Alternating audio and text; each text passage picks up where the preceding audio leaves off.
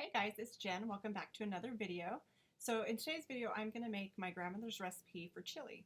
So it's a very easy recipe, but it's really good. This was one of our favorite meals as kids to eat when we went to my grandma's house. So I have changed her recipe up just a little bit and just put my spin on it. So you just start with some very lean ground beef, and I put a little oil in the pan just to get it started. And that's about 2.5 pounds of meat. So I added 2 white onions to it and just saute them with the hamburger meat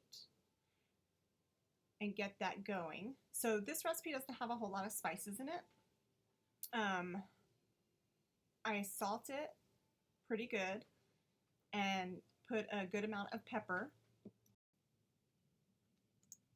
Then I'm just going to continue to brown the meat, and I add crushed tomatoes to mine. So my grandmother used stewed tomatoes, and this is one of the places where I switched the recipe up. I like crushed tomatoes because I don't like the chunky bits of tomatoes. So for this much meat, I'm going to add 2 of the 28-ounce cans of crushed tomatoes. And another change I made is I add beef broth to mine because I like my chili a little more liquidy than most people probably would, but I just like a little extra broth, not a lot.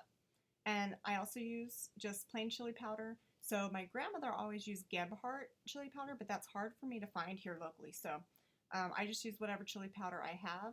I add a good amount. I just eyeballed it and added probably a quarter of that bottle in there. And later on, you'll see that I added a little bit more. So we're going to just let that chili come up to a boil and then reduce the heat. And see there, I'm already adding more chili powder. I'll do this several times while making it. You just have to use your own, season it to taste. Use your own judgment on how much chili powder to add. So here I'm going in for the first taste test. And what did I decide? Yep. More chili powder. Okay, so one thing you didn't see me do is I added a bay leaf as soon as I added the crushed tomatoes to the pot. So now I'm going to add 2 cans of pinto beans that have been drained and rinsed. And at this point, the chili is pretty much done. So typically I like to let this simmer for about 30 minutes after I add the beans, but really you just need to heat it through.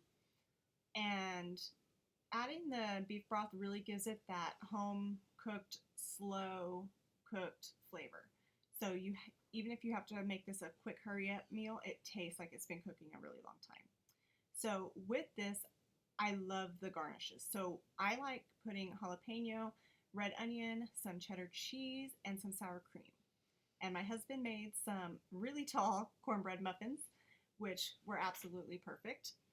And there is the finished product. So this is a very comforting meal, and I hope you guys will try it.